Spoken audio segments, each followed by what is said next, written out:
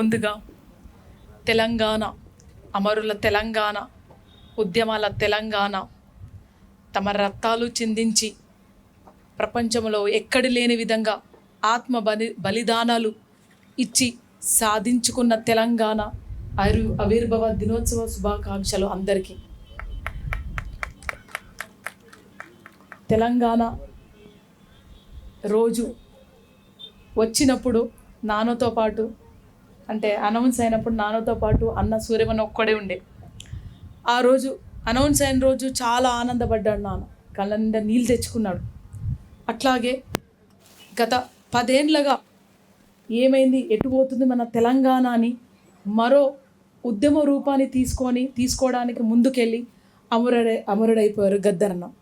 అందుకే ముందుగా అమరవీరులకు, తెలంగాణ అమరవీరులకు, తెలంగాణ విద్యార్థి అమరవీరులకు విప్లవాది వందనాలు, పాదాభి వందనాలు. అట్లాగే తెలంగాణ ఊరికే రాలేదు. తెలంగాణ ఉద్యమకారులు, విప్లవకారులు, జర్నలిస్టులు, జేఏసీగా ఏర్పడిన ప్రతి ఊర్లో ఉన్న ప్రజలు, ఉద్యోగస్తులు, అమ్మలు, అక్కలు, చెల్లెలు, కళాకారులు, మేధావులు, ఇంటి నుంచి ప్రతి ఒక్కరు బయటికి వచ్చి ప్రతి ఒక్క గుండెల నుంచి నిస్వార్థంగా తెలంగాణ కోసం కొట్లాడి తెలంగాణని సాధించుకున్నాం. ఈ వర్షం పడినా, ఉరుములు పడినా ఈరోజు మనం ఈ ఆవిర్భావ దినోత్సవాన్ని జరుపుకుంటాం అనుకుంటున్నాను. తెలంగాణ ఊరికే రాలేదు. ఆ ఊరికే రాని వచ్చిన తెలంగాణ అని అనుకుంటున్నారేమో. ఆ తెలంగాణ 10 ఏళ్ళ తెలంగాణ మనం ఏమి సాధించుకున్నాం, అది సాధించుకోలేదు. మన న్యాయ పోరాటంలో మనకు తెలంగాణ రాలేదని ముందు ప్రభుత్వాన్ని దించి మనం కాంగ్రెస్ పార్టీకి పగ్గాలు అప్పించాం. ఇప్పుడు మన బాధ్యత ఏంటంటే, ఇందాక చెప్పినట్టు మన బాధ్యత అంటే ముందుగా మనం చెప్పాల్సింది తెలంగాణ ఉద్యమకారులకు, తెలంగాణ అమరవీరుల కోసము మనం చేయాల్సింది ఎంతగానో ఉంది. ఈ వేదికపై నుంచి మన సత్తన్నకు, భరతన్నకు, మన వేదిక మీద పెద్దలకు అందరికీ నేను రిక్వెస్ట్ చేస్తున్నాను ఏంటంటే, ఇప్పుడు మనకు అవకాశం వచ్చింది కాబట్టి మనం ఒక లిస్ట్ చేసుకుందాం. ఆల్రెడీ ముందున్న లిస్ట్ కాకుండా మన అమరవీరుల కోసము, ఉద్యమాల కోసం కష్టపడిన వాళ్ళ కోసం ఒక లిస్ట్ చేసి మన తరఫున ఒక రిప్రజెంటేషన్, గద్దర్ గలం తరఫున ఒక రిప్రజెంటేషన్ ఇవ్వాల్సిందే కోరుతున్నాను. ఇచ్చి వచ్చే సంవత్సరం మనం తెలంగాణ దినోత్సవము మన అమరవీరుల కుటుంబాలతో నిర్వహించుకుందామని నేను మిమ్మల్ని కోరుతున్నాను. మీ అందరు రిక్వెస్ట్ చేస్తుంది ఏంటంటే, వర్షం పడ్డా కూర్చుందాం, మేము రెడీ ఉన్నాం మాట్లాడడానికి. మీకోసం ఒక పాట పాడతాను. అక్క లేస్తున్నారా? పాట కావాలా? తప్ప అవసరం లేదు.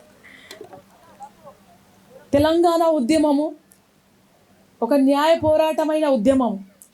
ఇప్పుడు రానున్న తరాలకు గద్దరన్న ఆశయం ఏంటంటే, ఆయన ఆపరేషన్కి వెళ్ళినప్పుడు ఒక మాట చెప్పినాడు మాకు, నాన్న ఆపరేషన్ వెళ్తున్నారు, మీరు ఇన్ని ప్రాజెక్ట్స్ పెట్టుకున్నారు, ఇంత పెద్ద పని పెట్టుకున్నారు, ఎలా నాన్న అంటే ఆయన ఒకటే మాట అన్నాడు, బిడ్డ నేను ఆపరేషన్ పోతే నా కాలు పని చేయకపోవచ్చు, కానీ నేను ఆపరేషన్ పోయినా కానీ నా గుండె పని చేస్తుందంట, నా గొంతు పని చేస్తుందంట, నా మెదడు పని చేస్తుందంట. ఇవి పని చేస్తే చాలు, నేను హాస్పిటల్ బెడ్ నుంచి తెలంగాణకు నుంచి మరో స్వాతంత్ర ఉద్యమాన్ని నేను ముందుకు తీసుకెళ్తాను. ఈ తెలంగాణలో మరో స్వాతంత్రం ఉద్యమం ఏంటంటే భారత రాజ్యాంగాన్ని రక్షించడము, ఈ ఓట్ల విప్లవాన్ని ముందుకు తీసుకుపోవడం అనేది తన కోరిక. అందుకే ఈ ఓట్ల విప్లవాన్ని, అట్లాగే భారత రాజ్యాంగాన్ని రక్షించుకోవాల్సిన బాధ్యత మనకు ఎంతగానో ఉందని నేను భావిస్తున్నాను.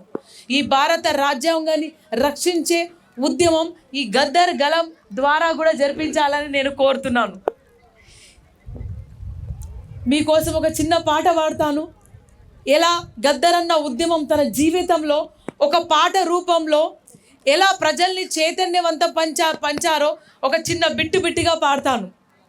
మొదటగా, నేను పుట్టలేదు అప్పుడు తెలంగాణ ఉద్యమాన్ని, తెలంగాణ జీవితాన్ని ప్రజలకు చైతన్యంతో పరిచింది.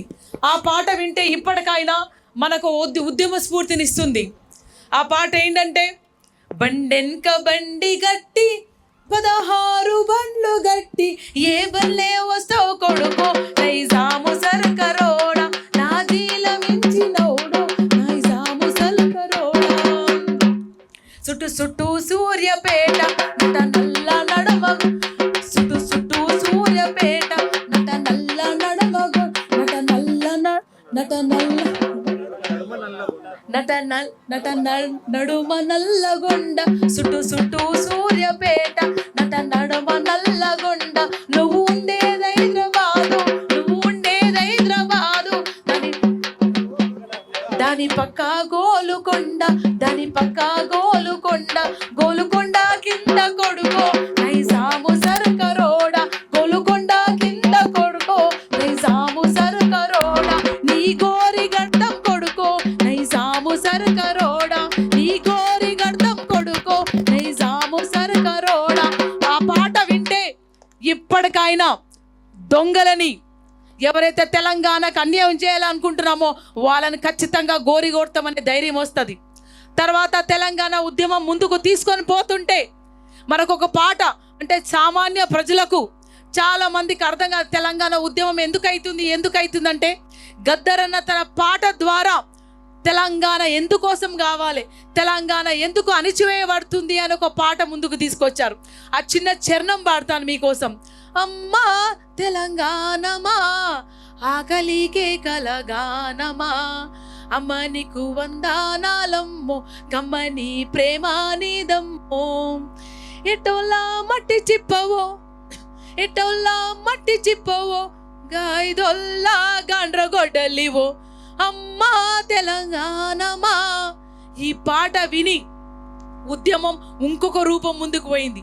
సామాన్య ప్రజలకు అర్థమైంది మనకు నీళ్లు లేవు, మన భూములు లేవు, మనకు తిండి లేవు, మనకి ఇల్లు లేవు, మన అన్ని దోచుకుంటారని అర్థమైంది, మనం ఎక్కడ అన్యాయం జరుగుతుంది అని అర్థమైంది. తర్వాత ఉద్యమ రూపాన్ని ఒక ఉవ్వెత్తుగా ఎగిసిన పాట. పొడుస్తున్న పొద్దు మీద నడుస్తున్న కాలమా, పోరు తెలంగాణమా, పోరు తెలంగాణమా, కోట్లాది ప్రాణమా, బలె బలె బలె బలె బలె బలె హా. ఈ పాటతోని తెలంగాణ ఉద్యమం ఆకాశానికి ఎగిసి తెలంగాణ సాధించేంత వరకు వదలలేదు.